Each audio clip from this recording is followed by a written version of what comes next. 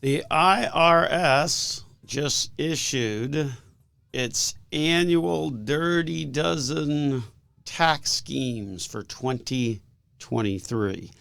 Probably want to know what's on it.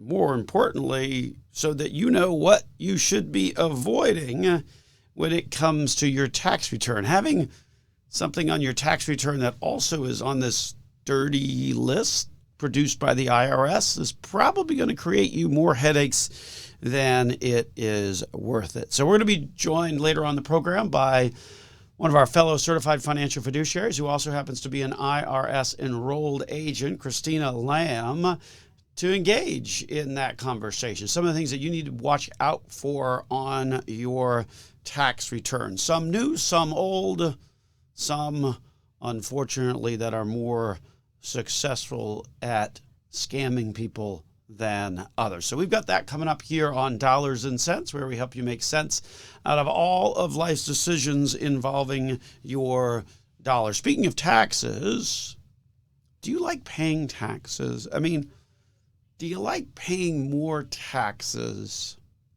than you really should? I mean, is that of interest to you?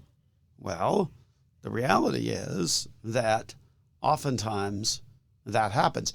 And oftentimes we see that happen at points of time where people are in incredibly emotional states. In fact, over the past few weeks, we've seen a couple of different instances where this issue really has been front and center, if you will, because not only are folks then having to deal with the emotional trauma of losing a loved one, but after that, they start to do the normal processing of the paperwork, the accounts, this that's there, this over here, all of that kinds of things.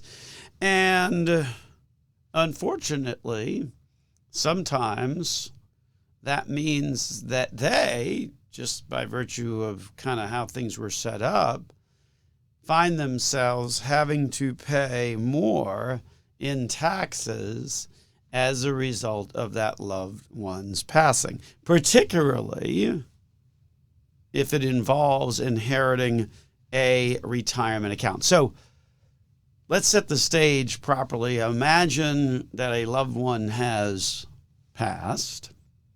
The emotional grief, the shock, all of those emotions are occurring. You're gradually sort of getting through it.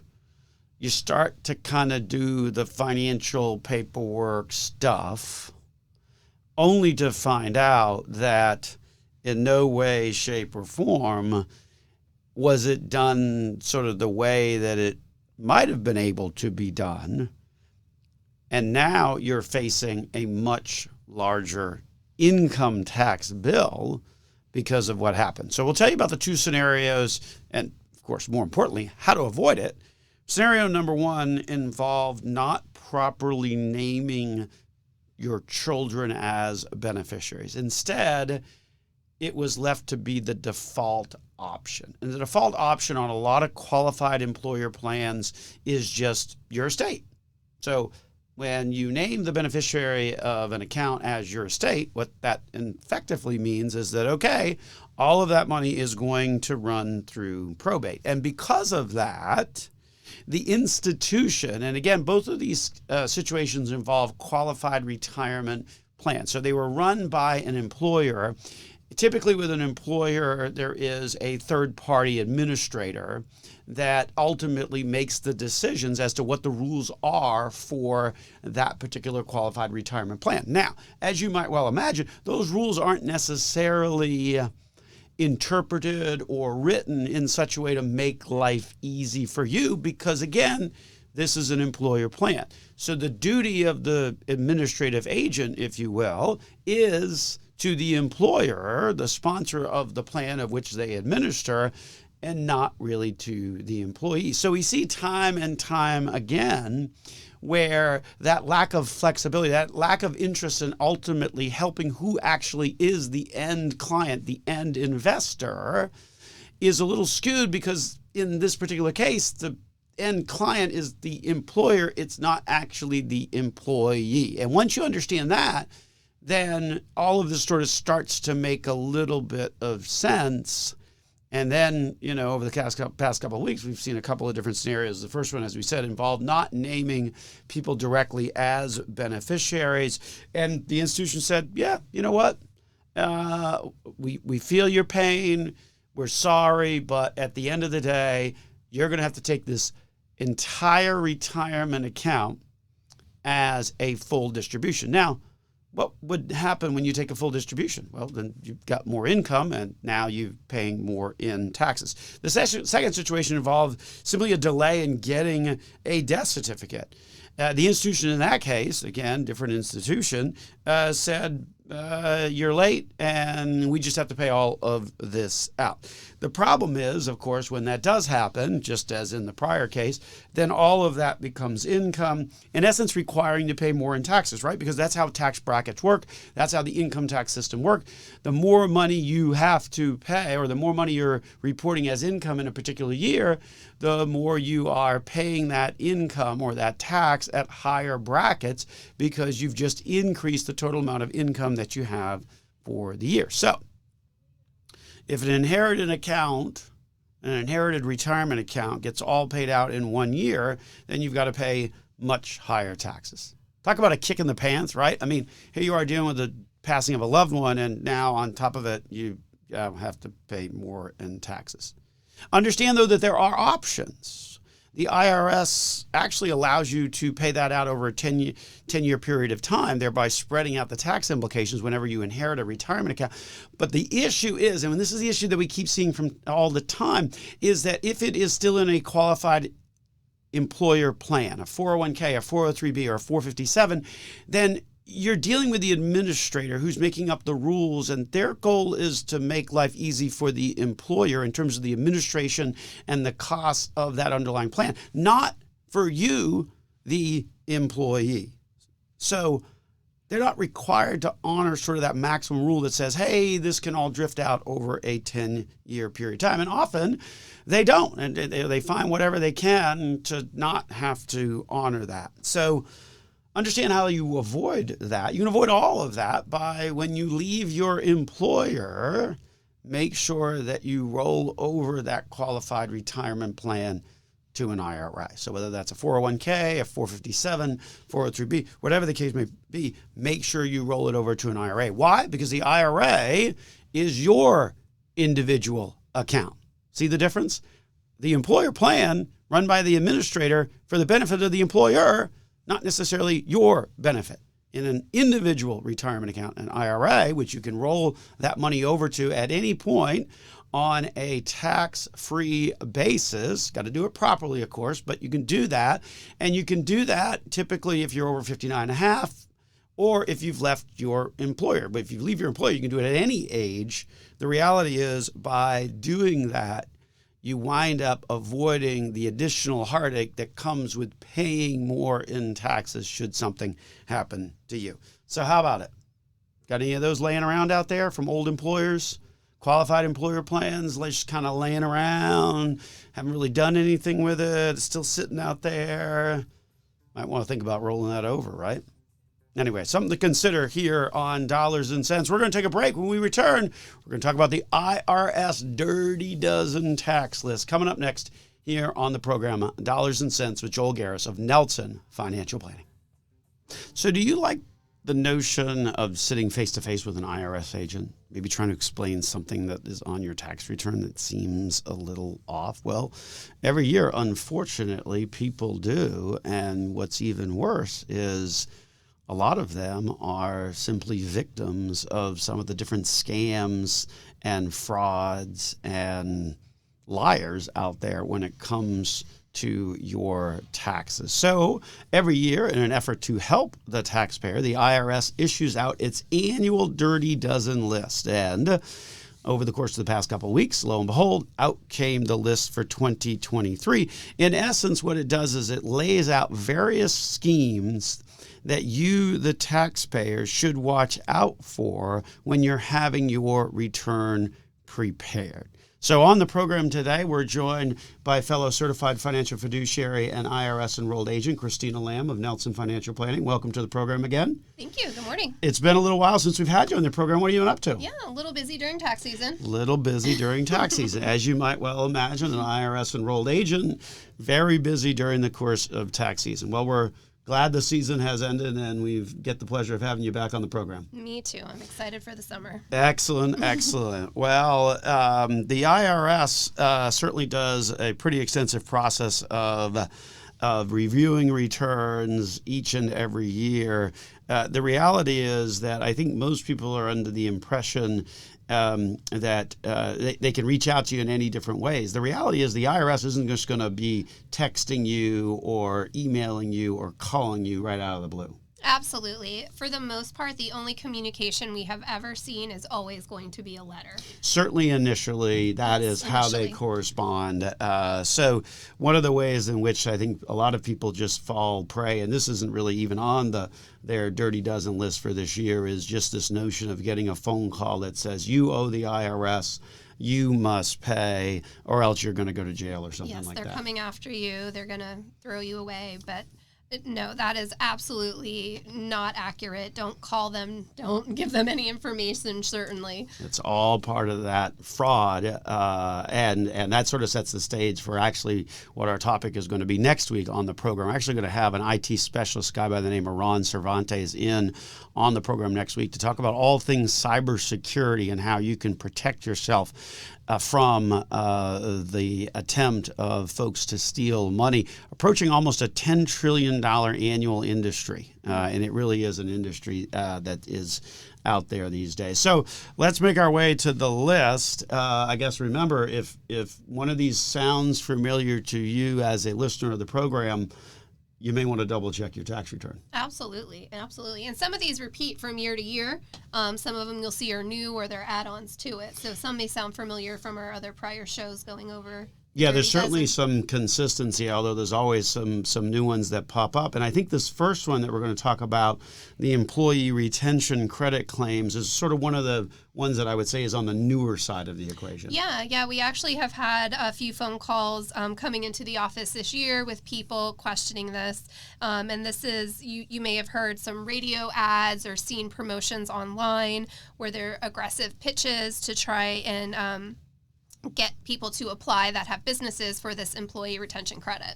And this employee retention credit goes back to some of the COVID legislation that passed that said, hey, if you paid your employees during COVID and you stayed open, then and you continue to pay them, then there's a tax credit that's available.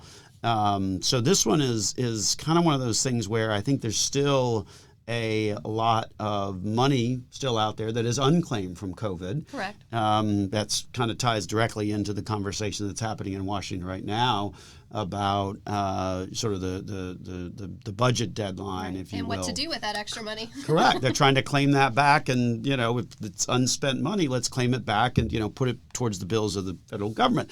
So interestingly, these things all sort of tie together, but the employee retention credit, I was reading a different article that said that the IRS was literally taking about 90% of its audit agents and reshuffling them to this particular issue because it has become so widespread with all of the advertising and promotion that's being done out there. Yeah, it's crazy how much that is getting resourced to this, and then also how much I've even personally heard the ads on the radio and seen them online and things like that. So they're definitely out there, and there's definitely people taking advantage of it. Yeah, and not to say that if you don't qualify, obviously that's something that you should be taking advantage of. But for the most part, a lot of these ads are geared to folks that don't really make the technical requirements.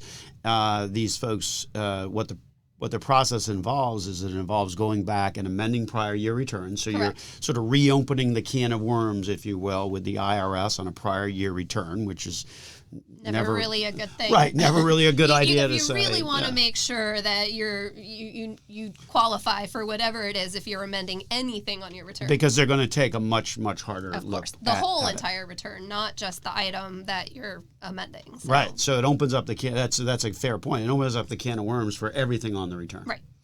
And so these attempts to amend the returns, they'll amend the returns, and then they will take a portion of the credit, and that's that in and of itself. When you have somebody that is preparing your taxes and saying, "Hey, we're going to take a percent of the refund back or the credit back," that's a red flag in and of itself. Absolutely, I think that kind of hits somewhere else down the line as well. But preparers should never be basing your preparation fee on your refund amount, and that's where you start to get in trouble. And you see the preparers adding fake and miscellaneous things onto your return that you have no idea about. Well, and here's the real key on all of that. It's not the preparer's ultimate responsibility. Yes, most folks don't realize when you sign for your return, right, you are agreeing to everything that is on that return, and you are responsible in saying that, it's all true and accurate. And most people really don't realize that, but that is the fact. It's sort of a release on the preparer by you signing it. That's exactly right. So if you go through this process, claim the credit, and say, oh, and the IRS comes and knocks, you say, oh, well, the ABC company, first of all, assuming ABC company is still around by the time the IRS catches up with you, because a lot of these have just sprung up to collect as much money as possible, and then they disappear. The reality is that if you're sitting there with the IRS, they don't really care why you did or what the promotion was or whatever the case may be. Ultimately, it is your responsibility. Yeah, not only your responsibility, but you are also going to be responsible for paying all the back interest on the amount that you owed. And there's, not really going to be anyone for you to go after anymore, because those people know exactly what they're doing. They come and go, as Joel said, and they're no longer there to even try to go back and sue. Right. Where'd they go?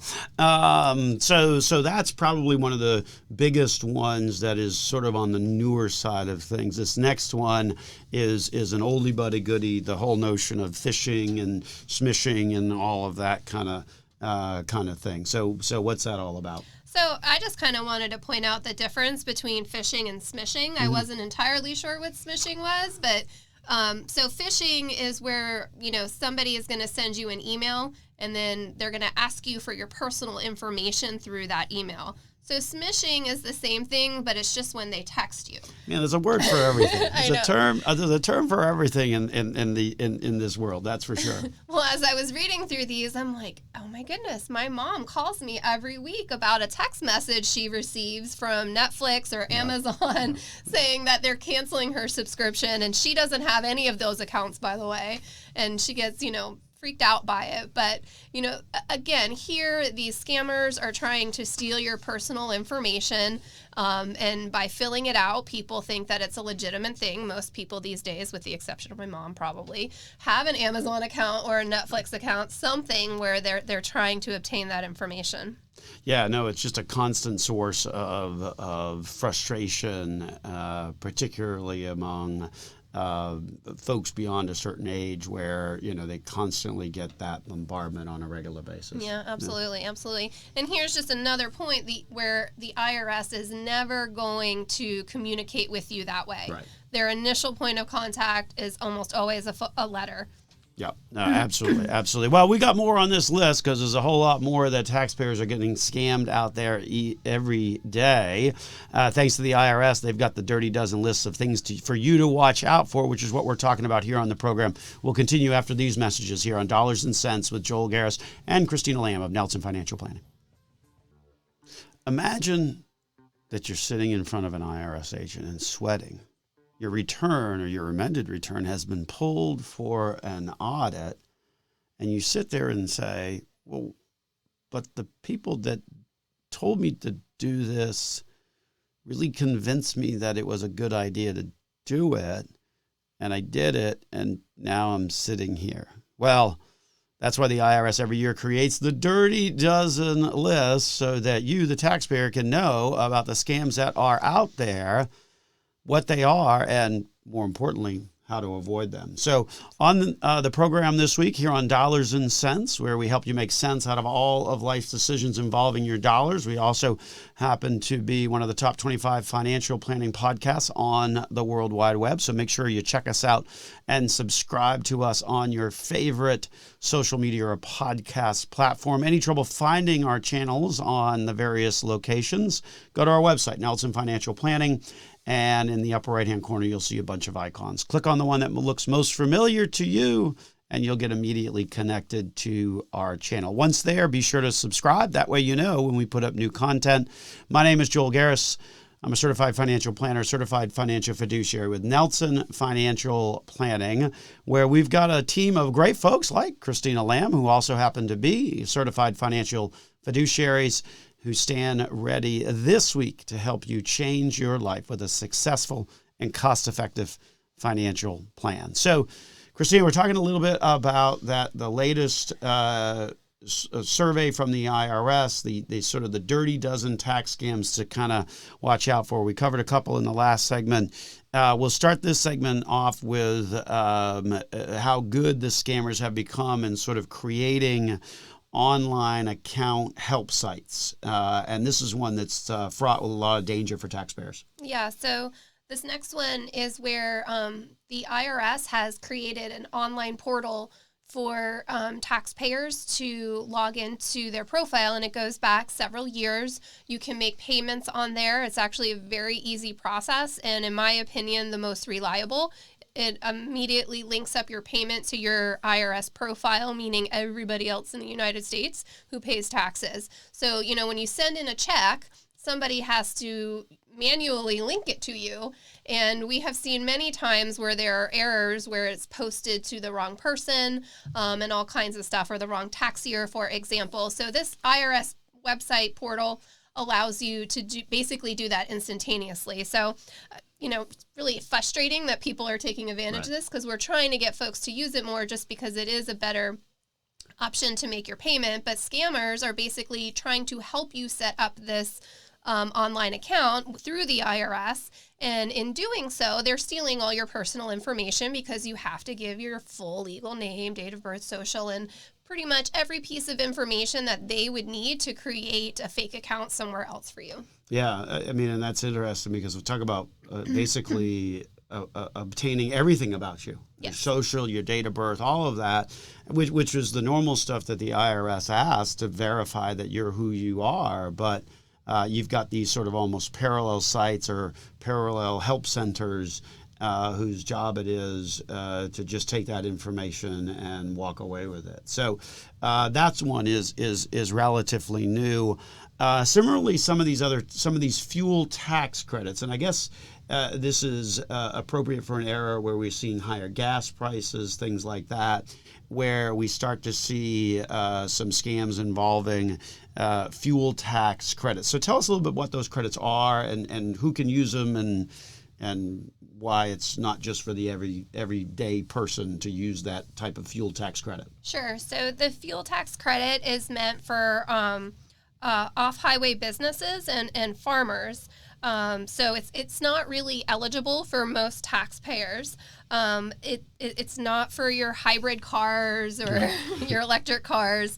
It concerns biodiesel fuel, renewable diesels, and sustainable aviation fuel. So again, most folks don't deal with that kind of stuff. And so while it is a legitimate tax credit to a few small group of people, it's not for the average Joe. And the prevalence or the increase in the use of that is as a result of scammers out there saying, oh, well, you can get this fuel tax credit, and in fact, you're simply not eligible for that in any way, shape, or form. Exactly. Well, and I guess the same thing comes when we think about charities as well, because there's certain ways that you can donate money to a charity, but then there's other ways where it quickly falls apart. Yeah. So that's our next one is donating to bogus charities. So for a charitable deduction to actually be eligible, it has to go to a 5013C charitable organization. And that designation of a company or a charity is what makes it an eligible donation. So donating to your friends in need or your family in need, somebody at church who's sick, none of that counts. So you may think that it counts, okay, and you may feel like it counts because, okay, that it's almost like you're given to charity, but the charity has to be of a type that is officially recognized by the IRS. Exactly. That's the only way to get the tax deduction. And then the other, where the scam part of this kind of comes in, is particularly whenever you have natural disasters or hurricanes or floods or anything like that, then you have a similar rise in the amount of fake charities that are raising money for folks that are affected by a particular natural disaster. Yeah. I think as Floridians, we're semi-familiar with folks taking advantage of people during a storm or a certain circumstance. You know, we've seen, roofers come in that never do the job, or people doing repair work or cutting down trees that have never come. And so this is, a similar thing where the bad guys are taking advantage of folks wanting to help out or wanting to do something, and it's just not a legitimate charity. Yeah. No, you got to be very careful about all of that, because, again, the burden is on you, the taxpayer. It's not, oh, I made $1,000 donation and the charity wound up being not a real charity. That's immaterial. The burden is on you to make sure that you're getting this money to the correct charity, because the burden is always on the taxpayer when it comes to the IRS. So, yeah, and I think folks should remember a charity that is bona fide is going to send you a letter saying you've made this contribution, you may use this as a charitable deduction, and then you'll have that to retain for your records. Right, and any question on whether it is a viable or a properly filed 501c3, the IRS has a website. I mean, that's all of that information is available to cross-reference and cross-check for any organization, just to make sure that it's a real one. But again, anytime you have natural disasters or hurricanes or floods or whatever, there's always an influx of charities. Some, or should I say most, are legitimate, but some certainly are not. So you got to be careful with that. Same thing on the actual tax return preparation as well. There's a lot of unscrupulous tax preparers out there too. Yes, definitely.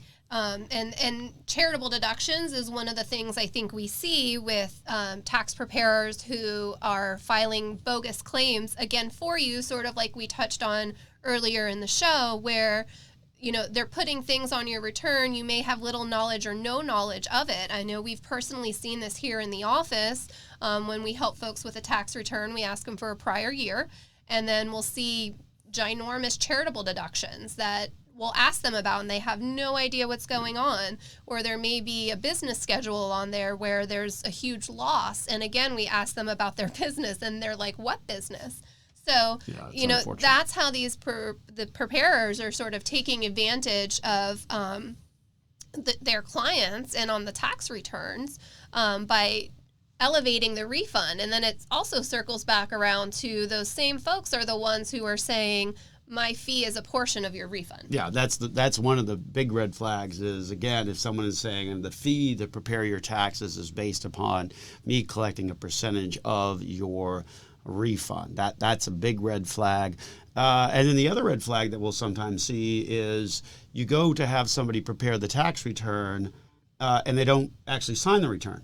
Yes, that is another huge red flag. The preparer should always be signing the return. Now, if it's a digital signature, that's fine. It doesn't have to be an ink signature, but they should always be signing it. If you're paying somebody to do your tax return, they need to be the ones to make sure that they are signing it. Doesn't release you from liability still, but at least that's a way to make sure that they are standing behind their work. We're going to take a break. When we return, we're going to continue the conversation on the IRS's list of dirty dozen tax scams that are hurting taxpayers left and right. Coming up next here on Dollars and Cents with Joel Garris and Christina Lamb of Nelson Financial Planning.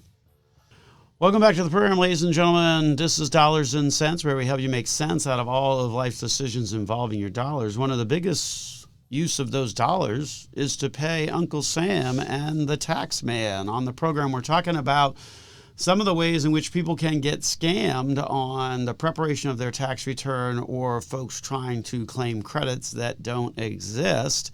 That's a big industry out there. The IRS frowns on that because ultimately when you submit a tax return, you are the one that is ultimately responsible for the information on that tax return. So on the program this week, we're joined by fellow certified financial fiduciary who happens to also to be an IRS enrolled agent, Christina Lamb of Nelson Financial Planning. Welcome back into the program. Thanks. So we covered a lot of territory on this list. It's a long list in terms of some of the things that taxpayers need to be aware of that are scams or out and outright fraud intended to collect maybe the personal information of the taxpayer or to collect a large fee when perhaps the credit or the amendment that is being done really isn't a legitimate one. So I think next up on the list is we need to turn our attention to social media and all the wonderful things that happens on social media. So tell us how that can impact taxpayers along the way. I think the latest social media scheme that's sort of going around is posting information on different tax forms. So like a W-2, or one that's been really common is an 8944, and they're actual legal tax forms. However, they either don't apply to most people, or sort of, again, as we've talked about in some of the other scenarios, they're basically just trying to steal your personal information. Right. And anytime you're going to Instagram or Facebook for tax information, I guess it's, sort of caveat emptor. You better be careful with the information you're getting there. Well, that is sort of what I was thinking is, really, the socials should not be where you're looking for tax information. I mean, Google may be a better option, or an actual tax preparer, maybe, or the IRS website. If yes, you go to the IRS website, that's got a lot of information. It's got PDFs of every different type of publication and code that's there. So that should be. And they usually, speaking of that, they usually have like some Q&As and things like that on a lot of tax topics. That are very helpful for taxpayers to review in that format. No, absolutely. I mean, as a preparer and a tax professional, we utilize the IRS website. It's one of the first places we go if we still have some sort of question. And then it also directs you to the tax load or law and the tax code. But yeah, they're very good at explaining most things. As you get to more convoluted topics, that's a different story. But for basic questions, it's a great resource. Well, and that's one of the things. There's so many different forms, so many different filings, so much sort of misinformation that it's easy to create fraudulent social media posts that suggest, if you do this or that, then you're going to get a better result. And that's the problem with a lot of those social media posts that we see out there on a regular basis. Absolutely. Next category has to deal with an oldie but a goodie. That's phishing. That's spear phishing. We were talking earlier in the program about the difference between, what was it? Smishing, which is getting it by text, and phishing, which is getting it by email. So, but tell us specifically how this sort of spear phishing. So this when it's spear phishing, as I understand, it's not like a phishing is an email that's gone out to like hundreds of people. Spear phishing is one that is more finely tuned to be directed at a particular target. And unfortunately, we see this same thing happening towards tax professionals as well. So tell us a little bit about how that might work. Right. So spear phishing is, as Joel said, going after a very specific group or a specific business. And so what we've seen is they're going after tax preparers because of all the personal information that they have. Again, name, date of birth, social, all of this information that they need to create a fraudulent account, tax preparers have. Well, correct. So I mean, talk about a target-rich environment, because if I am a tax preparation firm, then I've got troves of data about Social Security numbers, birth dates, income, tax. I mean, you've got all of that all within just one particular location. Mm-hmm. So as a tax preparation firm, we also need to be very aware of that, and that's why I know every month everybody on the team has to do training to make sure that they're aware of the latest frauds and schemes and scams, and just to have that be top of mind, to make sure that nobody's clicking on a email or responding to a text that that they shouldn't be. Yeah, I mean, that's just one of the things that we do, not to mention all of like the firewall security and Sure. and things that our ITs put into place to keep our information secure. Yeah, and that will certainly be a very good conversation, again, as we talked about mentioned earlier in the program. Next week, we're going to be joined by a special guest, Ron Cervantes. He is the owner of C Solutions IT. And the reason we're doing that, because next weekend, Memorial Day weekend, what most people don't realize is that a lot of the ransomware, a lot of the highly intrusive types of internet scams are intentionally targeting weekend holidays, because that's when everybody's resistance is down. There's not many people in the office. There's not many people, sort of paying attention.